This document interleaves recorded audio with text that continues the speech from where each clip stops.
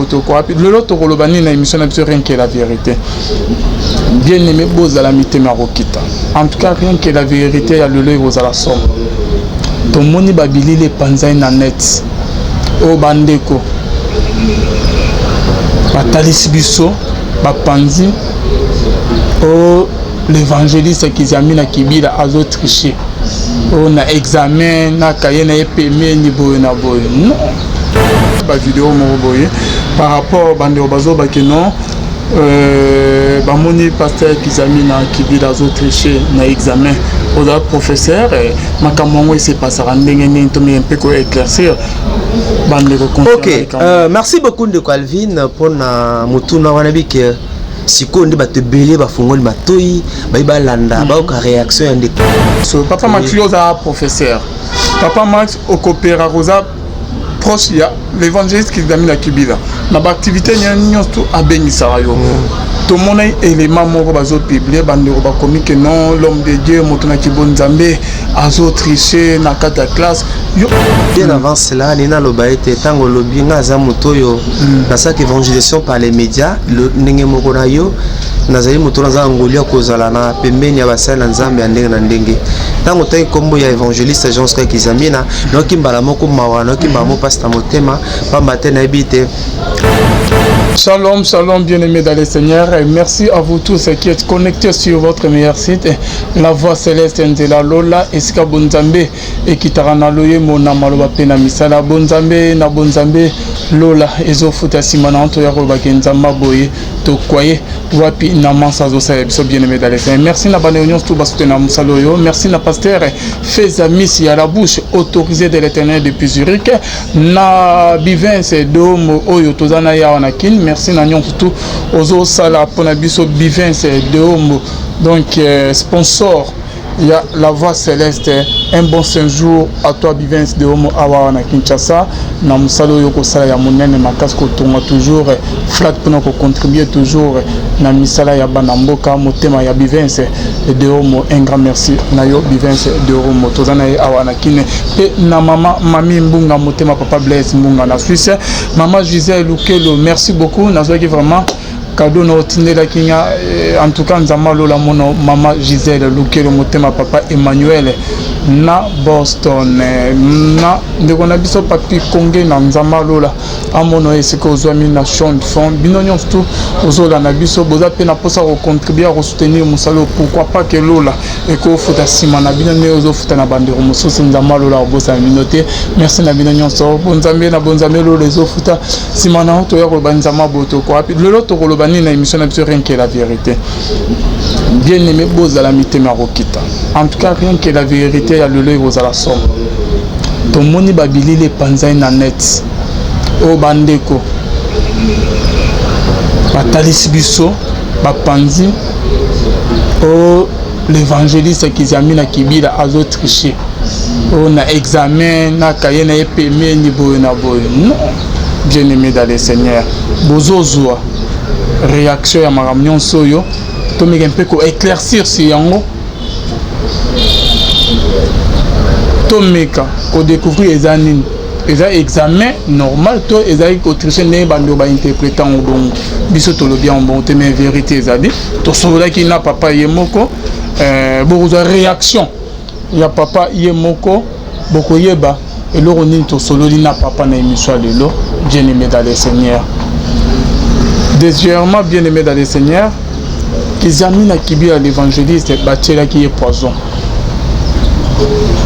Pour Pandi, ils mangent, on a évité ce qui est à Kala, poison, et Yesima ou comment. Les réalisateurs, ils ont papa Sanza, Naba Makila Nakati, Bani papa les poison, et Tana Ezangeni. Pourquoi mourir ma poison na 4 églises? Papa est Tana Ezangeni. A communé ni bana bazo ka liwa il y a évangéliste qui zamina kibila a kufito nzamba bikisi boza toujours connecté na La Voix Céleste de la Lola to yambi lelo l'homme oke bolu karamoto na kibonzame papa Max Mbenga. Shalom. Shalom on dekoranga alvi na PCP shalom mbote na bana nzambe nyonso bazola na biso bipai na bipai. C'est vrai que sali penza mikolo ebele mingi to mona na kite na kanisi que na répondre déjà na question pour na ba ki otuna nga motuna on a pona mikolo ebele. Atako to mona na kite mais tozo sala musala pe to sali musala munene makasi par la grâce de Dieu na lisungi na bino bana poto. Nous vous sommes très reconnaissants. Ceux qui ont l'équipe reconnaissance,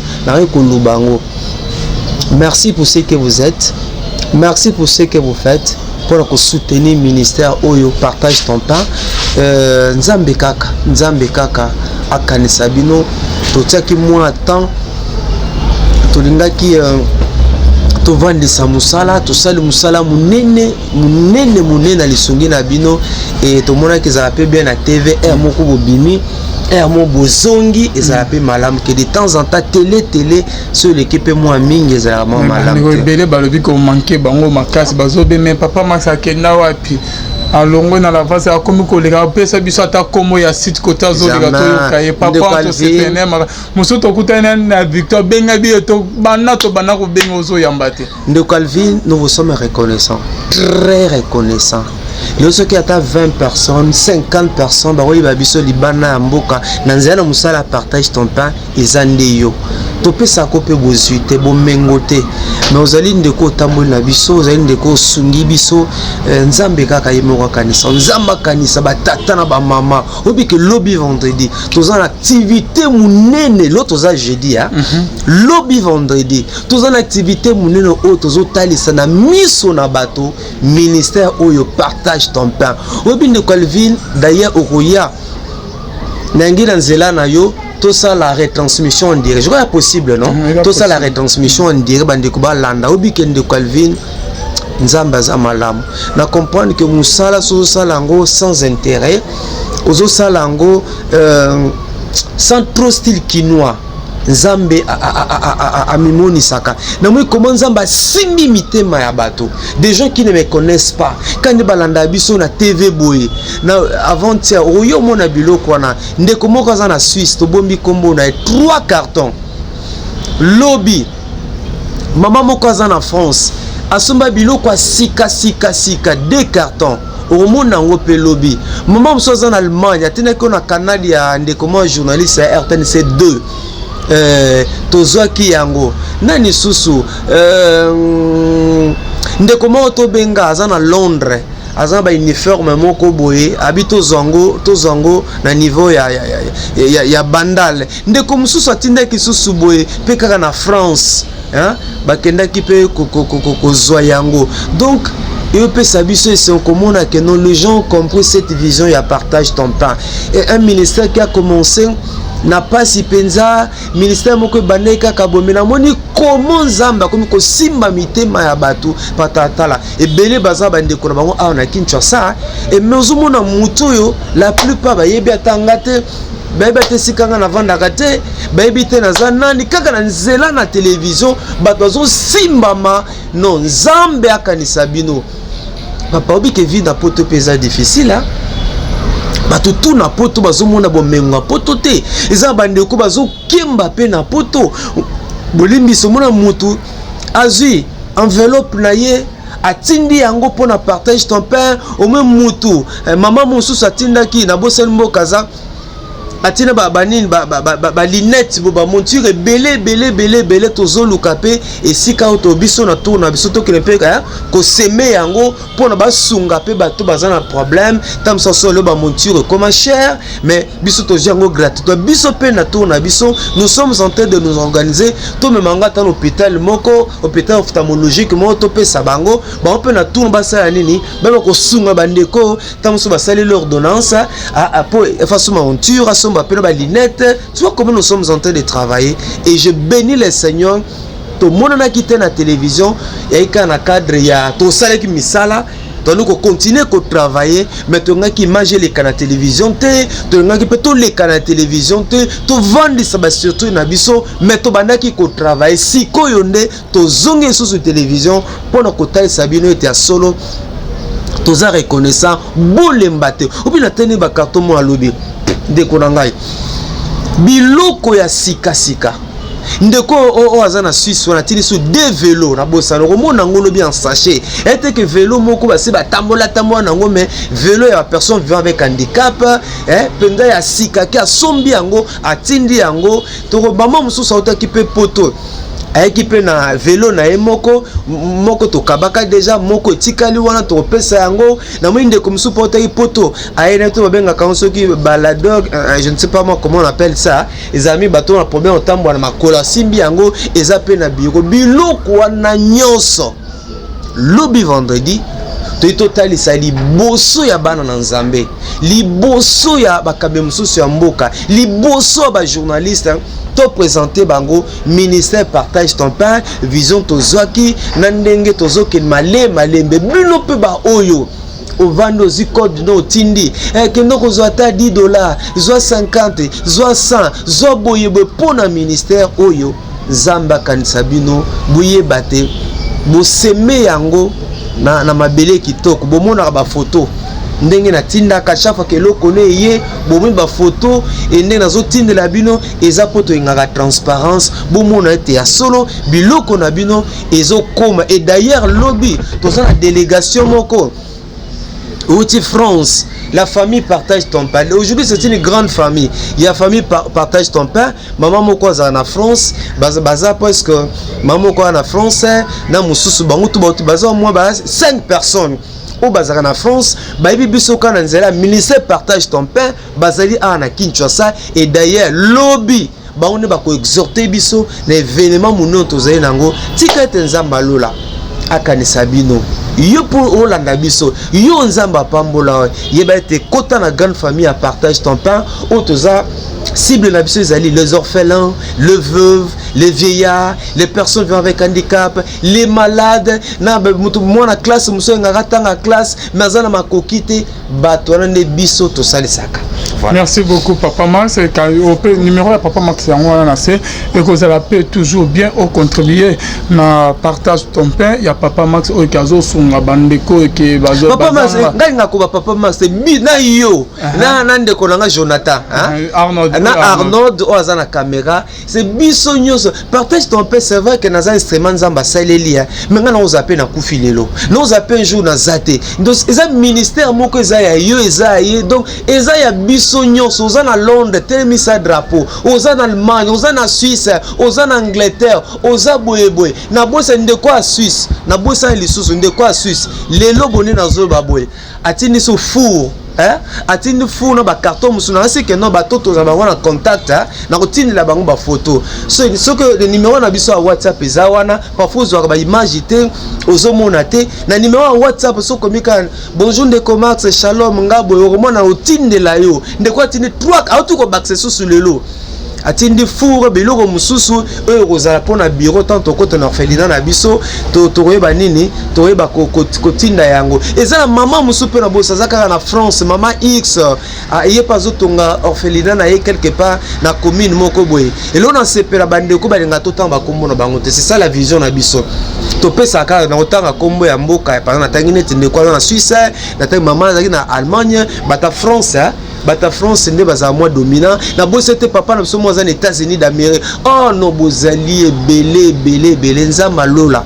Akanisa le partage ton pain eza yo eza ye eza biso na zaka lokola facilitateur na zaka lokola instrument mais eloko na ngate na beta tolo pour sans apport na bango ministère oyo ko exister na ba o balani yo ka le partage ton pain Papa Max eza pona ko suna banani na bana. OK, partage ton pain ezali likaniso nzamba pesa ki biso to bunde na makasi pona ko tiangwa musique mais to hésiter ki menkolo ye moko ayekola msa biso tout est parti d'un constat to mona ki ke na mboka na biso à travers le monde de Calvin bato ebele bazo sambela mais ko kabezali mo passé oh les gens oublient que nzambe a pambola biso pour que biso peut pambola baninga so mena kati na biblia au mona que nos aînés dans la foi ba ina biti la côté biloko na bango ensemble ba sangisi bati ensemble et ils partageaient en tenant compte il y a besoin ya moko na moko mais lelo to sambela mingi mais ko kaba ezali difficile et bible même aza ko bisa biso te religion ya solo les années ya ko aider ba veuve ya ko aider ba orphelin bato bazanga mais lelo kena ba église na biso même la cadre na cité bo orphelin bazali abandonné ba personnes vivant avec handicap ce sont des quémandeurs bazali rejetés bazali abandonnés ba sundola bango ba veuve koltolo banini ba malade ba vieillard baza traité le quoi bandoki le quoi ba sorcier nana occupé bango yango biso to monaki ndenge ko sama kati na bible o bato ayi ko sangisa biloko pona ko sunga ba pauvre ko sunga bandeko bazangi. C'est comme ça que le Seigneur nous a mis à cœur apesi biso komba bi Max botel misa ministère oyo kombo nango zali partage ton pain kabula lipa na yo yo ndeko yo nzamba pambola yo tango zolia yeba kezaba tumusuba zolia te tango alvino lati kitoko boy batu mususu azoye bata ko bima rolata ndenge nini tango yo zotangisa bana ba mususu po zomona ayo bata ko tangisa bana na ndenge nini ape na posa tangisa tango yo zolia ozobwa quand même biloko ozobwa kabilamba ezana bato bazokelela yango senge na biso mo Kristo ya solo mwana nzambe ya solo asenga za la partenaire na kati ya ministère o partage esika yo zali kanisa ka bato o bakelela bato bazanga bato baza ba moyen te et puis mingi bato o bi ke soko pesia azali le kozong c'est là ote. C'est ça le ministère partage ton pain to liposa mso za kanini ezala ozan Allemagne ozan Londres les États-Unis Paris ozan Afrique yeba ke kota na mutu na yo tu dois apprendre à pas même si au sala bato malamu bakanisa kayo te mokili kozala kaka bongo mais yeba que nzamba pambola pour que pambola mususu na mona bato ka joueur a tiebi akabisa $1000 na mona mutu ka po basali libanga ba yembe na nzembo akamati lo ndako akabi bongo ba orphelin wana yo ka seza mobocha olinga tika bana na ene tinga za bana nga boy ko sina ko linga bana nga na tika bana nga mais ndenge bible l'homme n'est pas le maître de son souffle non comme pouvoir de les retenir liwe yaka na momoto yebite ba orphelin wana c'est à nous ya ko prendre bango en charge ces enfants abandonnés là ces enfants on va benga ba sorcier et ça na responsabilité na biso ba maman veuve tala lelo ba kena ko visiter bango na moment campagne sous campagne sili nana ko salisa mama veuve alors ça responsabilité na biso ya ko laisser ba veuve ya ko latisa ba veuve ya ko visiter ba malade ko salisa bato bazangi ya ko ba fille mère wana mona mususa ki zemi akanate à cause nzala à cause ya pasi abouti mais isengi na biso to encadrer bango to talisa bango que non ce sont des choses qui arrivent maintenant le kolo kuya qui tellement puis continuer nzela na yo. C'est ça le ministère partage ton pain. Merci beaucoup papa. Moi personne en numéro non ya WhatsApp parce que autre chat wani dans oui numéro na biso WhatsApp ezali plus de 143 89 360 77 abandeli plus de 143 89 360 77 wala za numéro na biso okota contact na biso toko yamba yo to solo na yo okota pe na grande famille otobenga famille à partage ezali li bota munene na biso to zone sengo to yambi 5 bana poto au bazaka na France la grande famille partage ton pain ba yebi biso ndenge nanzela na ville balanaki pe mission ba yiki na vacances awa et ba c'est to kutani na bango no quelle joie. Quel jour bateau to yeba na ba nzela na ville na nzela télévision to yeba na ba nzela WhatsApp les lo comme une grande famille lobby d'ailleurs bango ne ba côté abiso un grand événement ça vendredi à lobby ko zaki nzamba simbi motema na yo et que pour participer n'est-ce pas na bénédiction wana to za la lobby na personne vivant avec handicap to za na orphelin to za na ba veuve to ko sorti na contribution na ko pour tina parce que ça la nyon chaque semaine hein chaque semaine et date qu'après un mois de moment à ça la quand chaque semaine de biso lobby ezali le corps to présenter officiellement mais biso c'est la vie de tous les jours partage ton pain voilà c'est la vie c'est la vie de tous les jours c'est ce que nous faisons il y a quoi assister orphelins il y a quoi assister pauvres vieillards les personnes vivant avec handicap ko salisa bango selon ma kokyo nzamba zo tia na disposition na biso nzana bino ba oyo nzamba pesa motema ko sunga bato mususu. Merci beaucoup papa Max Mbenga merci na bano nyonso to badandaki biso bazola na biso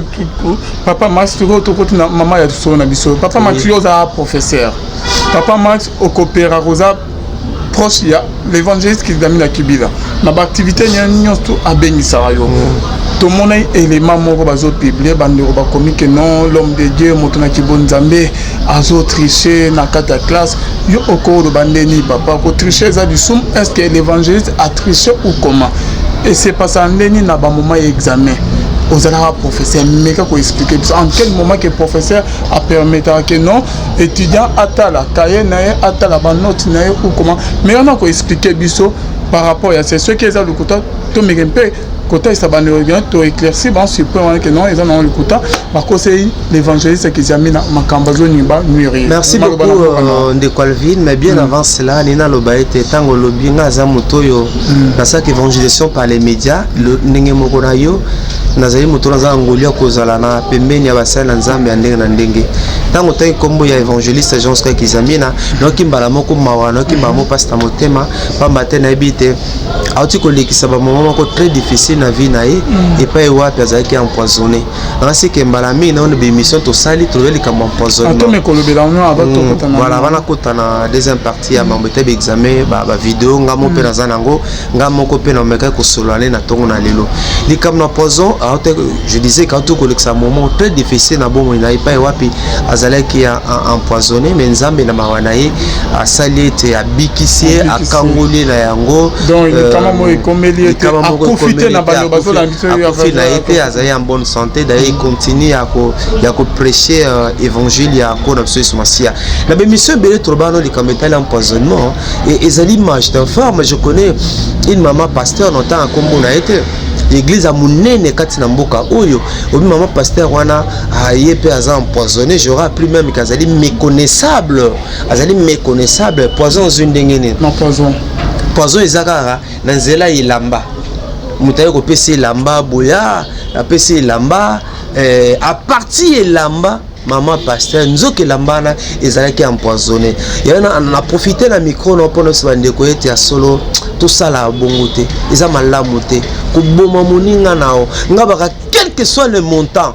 quel que soit bon mengo sena moyi oyo on me ko proposer nga pona bo moninga nga na poison je le ferai pas même diable ayebi ke na utika ko sala ngote non ne faites pas ça obi biso ba africains surtout ba congolais nous n'avons pas connu ba pratique empoisonnement to ko li esika moko ko pesi yango mo na lelo ba église mo ba méfiance ko mo to ko pesa mbote ko ba problème pasteur na pasteur azana micro na ye pasteur soka teika ka bo esila siminzela bima ki ko li ensemble qu'on met l'ensemble et comme moi passe il y a même des gens on va comme qu'on refuser même un cadeau donc refuser pour le poison et qu'on se le dise et là modèle belé on peut se poison dans nzela na mbote on peut se poison na nzela portir à mutuka na poignée à bureau na yo on peut se poison papa na mamwe belé na bina mbote on se poison na nzela split na nzela ventilateur on peut se poison na nzela enveloppe même na nzela mbongo na nzela elamba hein ba poison biloko kolia et ba nous comme moi ba kara diable a multiplier le stratégie et ya empoisonner mutu ba peso na kopo na nzela masanga na nzela même ya boisson sucrée ba tout ça dit que diable a multiplié tellement ba stratégie ndeko zola nanga so bominga na poison tu vas gagner quoi obe moninga na poison tu vas gagner quoi na ebite bozala mitema ndenge ni boyoka ka ndenge nini ta moninga kufi na poison je connais un pasteur kufa na poison je connais même ba pasteur o ba kufa na poison et après bozo gagner ni lelo pasteur wana kufi atiki mwasi na ye atiki bana na ye atiki libo lelo acteur politique wana combien d'acteurs politiques na mboka ou à travers le monde otoyi ba kufa na poison bo gagner nani ozo pe place na musalata genre que non comme ministre wana kufi to comme pasteur wana kufi yo remplacer o gagner nini et vous gagnez quoi quel plaisir bozo yoka mais sachez-le c'est que non aura semé il moissonnera non vie à motezali sacré na ebité bon et où tu vois esprit en hôtel ba ninga ba poison ezali malamu te surtout je pense na maman pasteur wana la comme méconnaissable azu poison dans nzela ni lamba na poison dans nzela ni lamba vous imaginez et les dimanches vous êtes à l'église parfois vous allez pe pasteur vous allez intercesseur vous allez acteur politique vous allez nani tonani vous appelez sengo OK no pe église vous vivre pe na kimia Même à Tabatou monoté, mais Nzamba monio. C'est qu'un homme aura sémé. Il est moissonneur. Tout Tikabil, binuma ou aux habitudes, y'a beaucoup de poison. Rose la paix médecin parfois, mais bah utilise kayo pour bomba baninga na oboma baninga na poison. Rose à ceux qui n'a bah utilise kayo. Ou le comment spécialité na yo bah yebi que si va ça l'opération que bon na poison, c'est toi yendo sala kango bien et peso bambongo otonga ba lopango okoma bien. Mais attention ndunda nyo César ko liate yeba qu'un jour au foot pour ressemble liboso na Nzambe. Mais avant wana c'est d'abord Nzamba rotika yote. Alors il a passé ça vraiment triste nouvelle à informer bande OK batiela qui pasteur qui a mis na poison ils a vraiment participé mawa nakati bon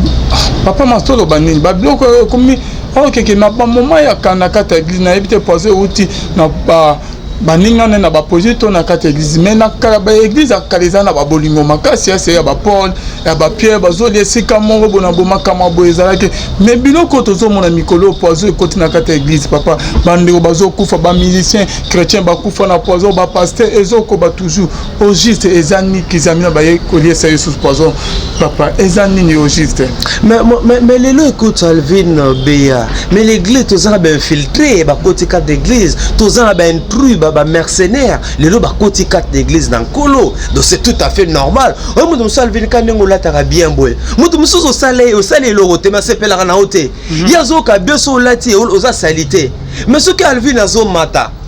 ce que l'on voit c'est les appréciés parmi ba site au bato la ndebele pour le musuzo amona ke pour les manque à gagner. Donc c'est ça le monde. Par contre si on me de konanga Alvin au mata pour l'angeza fierté. Pour le je bénis l'éternel, tananga pekoya. C'est ça le pomme tozanango. Pour nanini kakaye, pour nanini ye, pour nanini ye, pour les yango zomelelo zoua, et zome malikunya, et zolukano, il faut tout éliminer ye, tout kosele makambu, tout fabriquer les makambu, tout monter les bouts. C'est ça le problème. Maintenant, quand c'est que mes missions modèle oyo,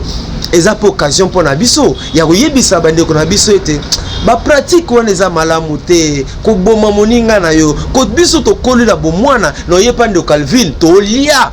sans problème mais tel le locoliance na l'église ba gapé et ça la malisusu penzate beaucoup na monde keba on sait jamais même na micro na ye na église pasteur nyo solo ya na micro na ye akoya na même papier mouchoir est-ce que même na ba papier mouchoir bazo boma bato bazu papier mouchoir que non tant à côté à kotoka à utiliser papier mouchoir donc diable a multiplié tellement ba stratégie que na peso na une émission na une fois je te dis maman pasteur moko za na commune ngaliema mais maman pasteur on a ti le voix et beba pona nini ate tanga silisi MC ba protocole na ye boilanga jinanga comme d'habitude na melaka ji nzoka ba protocole ba travailler bango bazoka sereng babeti kat na jiwana. Alors maman pasteur on attend azu ya mela yango papa après quelques minutes mais qui terrible ba ko memaye na je crois même que entre Suisse et Afrique du Sud na ba soins médicaux gloire à Dieu akufate melelo ala na problème ya voix bosu ba toloko ya biso ba oyo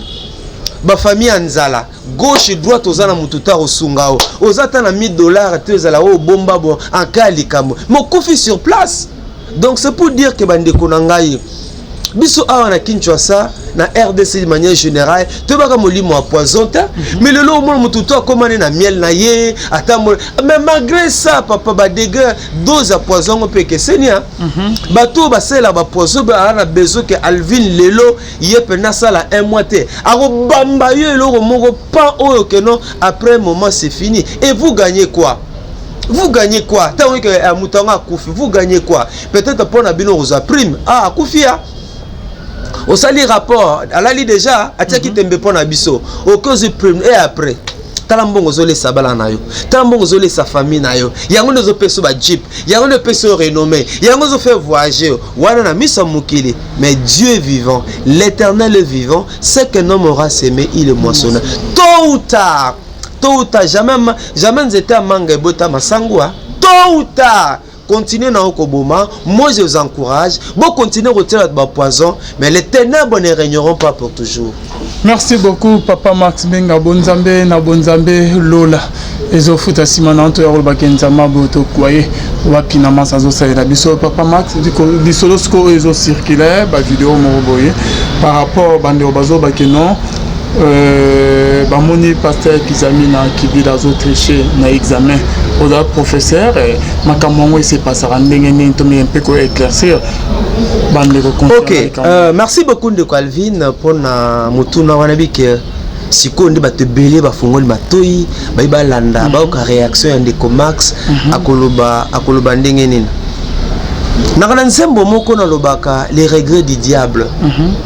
Na nzembo wana bato bayebaka nga mpe nayembaka lokola baninga te me naza mwa likabo nzambe apesanga ya okoma mpenza banzembo nakanisi ke so nakomi calme na bimisa album na nga titre yango ezala ikoke lokendo eza na kimongo mpona kobate vie malembe nalandi video oyo nga moko mpe na solo d'évangéliste Jean Kizami na nabima naotomona video yango eza awa boye makambo yango eza ndenge nino juste to eza nino juste. Pourquoi dans lobby na pesi témoin na bi que nana nzeno baka les regrets du diable. Obi depuis mokolo onde Calvin tu as donné ta vie na Yesu. Lokola mokonzi pe mobiki si yeba que depuis jour wana bitumbe bandaki na monde à ténèbres. Depuis jour wana bitumbe banda pona yo na monde à ténèbres. Monde à ténèbres otiko calmete. Monde à ténèbres na toujours ko bundisa yo pona nini bato wana posa ke otika Yesu wana c'est ça combat o tozalaka nango oyo eza combat oyo tozali na yango boye. Concernant vidéo wana première réaction nanga je m'étais dit mutu a publié yango na mutu na ye au viser nini azali ko viser nini, pourquoi il l'a fait, pour quelle finalité. Dans tout ce que nous faisons, il y a toujours un objectif, ou il y a toujours des objectifs. En le faisant, quel a été son souci,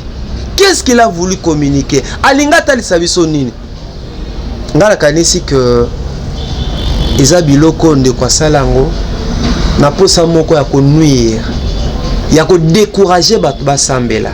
ya kotalisa ke voilà kinganda bakaza mwana nzambe abakazali évangéliste abakazali prophète azali boye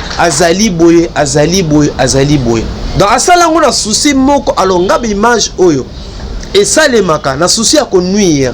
ba image oyo esalemaka na souci ya kosambwisa muto. Excusez-moi de Calvin, n'engoutia penza ba commentaire te. Pourquoi?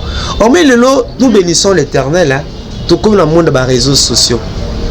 Pour nangai, ils ont un moyen efficace d'évangélisation. Ils ont un moyen qu'on a zopé sa biso, il y a quoi édifier. Au bout d'un moment, combien de bateaux yo bazan bopito?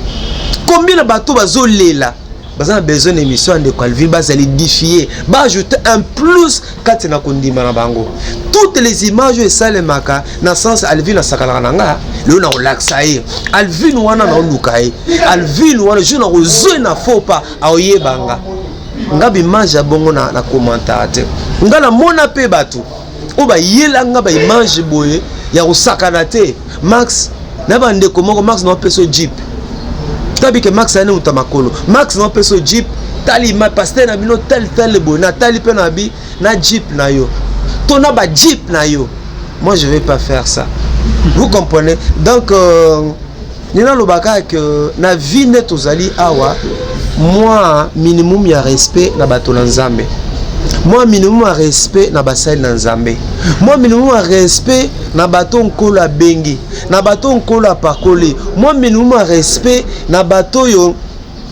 balesa kabiso lo bana nzambe. Na 5 ans que na bato wana toza moi minimum ya respect. Yo kasi ke ndo Calvin ezala yo ezalanga. Okanisi ke tobi makombeleka na mboko te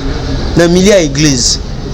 Hein? Pour nous toza na mon investigation na domaine église. Nous avons des dossiers et des dossiers makamwa ndenge na ndenge toyebi yango. Mais lokola bato na nzambe na inga toza l'occasion de chitite pour na foi ya bato. Toza l'occasion de chitite pour na kondima bato. Et moi je pense que l'évangéliste lui-même est mieux placé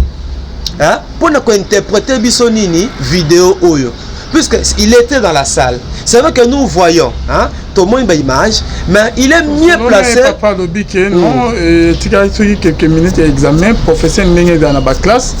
professeur a permis, parce que dans l'examen, monsieur a dit non, qu'on fait la cahier, qu'on faut utiliser syllabus, les en a examen, monsieur que professeur a permis parce que bisopé to le cas à l'université papa non botan na bino syllabus na bino on a professeur oui exemple examen monsieur to ça là ka to ça examen sur examen à tombeau vert pesala examen à tombeau vert ou étudiant comme étudiante avec exploiter notre naïe ou yemo molakisa ça nini molakisa pesi a pesi autorisation il y a des choses comme ça et ça si professeur dit bon OK mon examen c'est à tombeau vert alors il n'y a pas de péché ceux qui n'ont consulté ba note nanga pour avoir une déjeuner na consulter ba note nanga et puis la semaine ça na répondre là il n'y a pas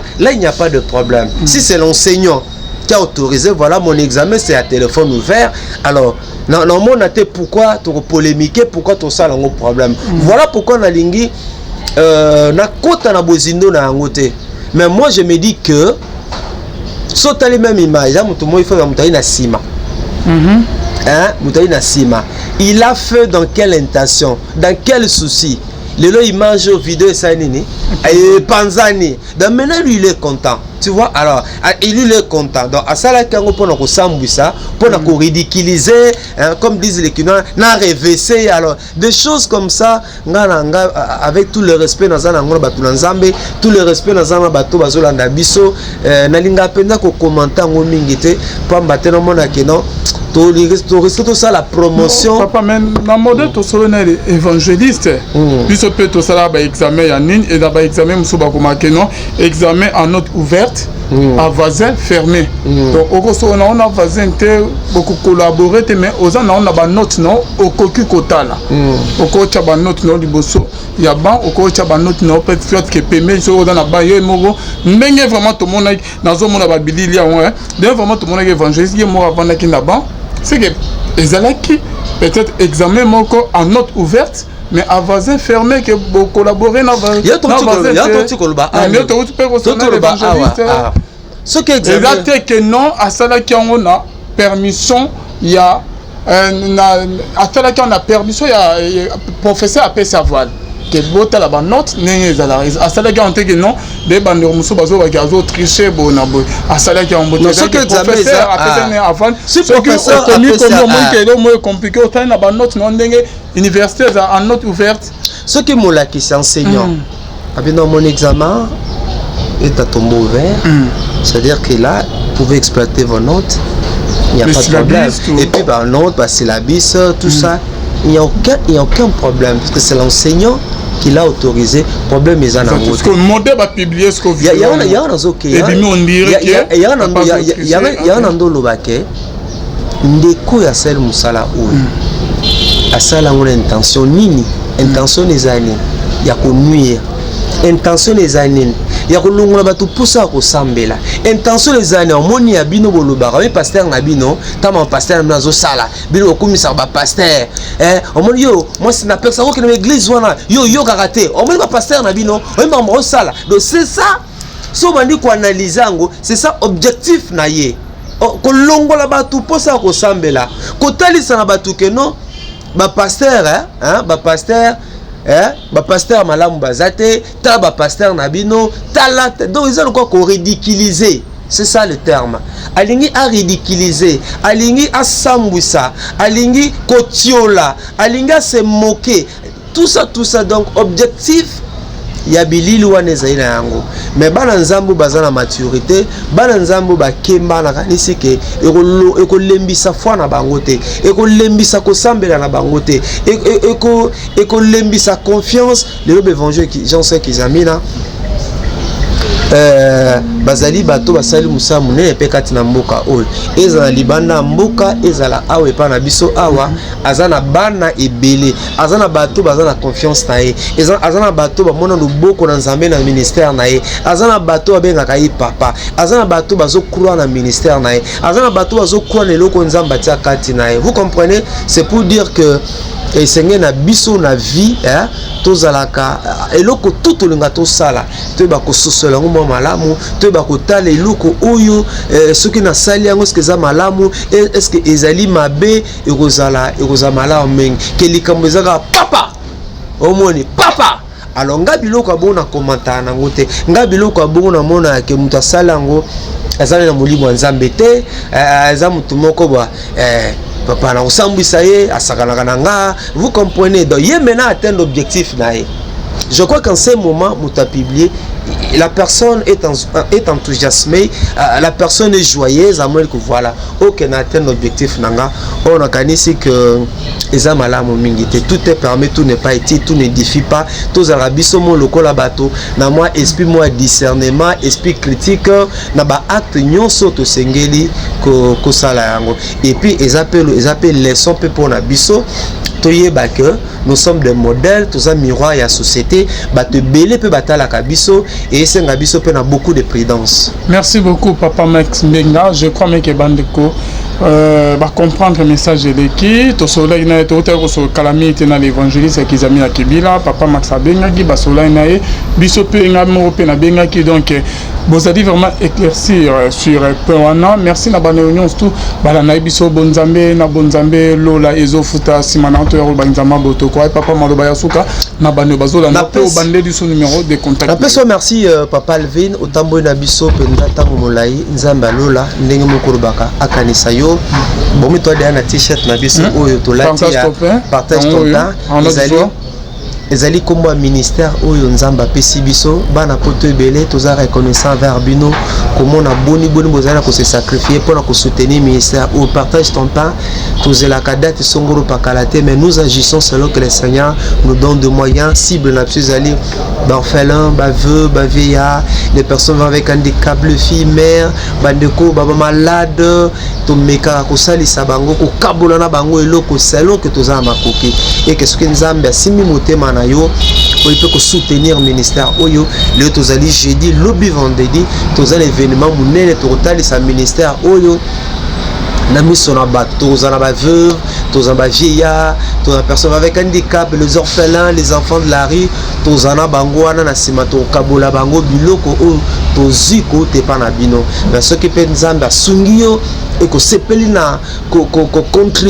contribuaka na ministère oyo na ce que nzamba lola mo futi malamu biso to kana habitude te ko sengaka mais tozana habitude ko bondela pa na nzambe nzamba simba mitema asimba mitema pe tozana habitude ya ko présenter kabino mosa toza ko sala na raisi que déjà Alvin ba osunga biso lo boko landa événement ngo en direct pour botala boni toza ko sala nzambe na nzela ministère munene o ya partage ton temps ko la pambola bino numéro na biso WhatsApp ya ngwana plus de 143 89 360 et puis 77 Kola Pambola Bino Shalom. Merci beaucoup Bonzambe na Bonzambe Lola ezo futa simananto ya Bagenzama boto kwa wapi ceux qui bozi frère Max na WhatsApp bobinge na numéro na normal ya wan toche ya ngona certificat nzama Lola Mona Bino merci na Arnaud Kamande avec ma caméra bye.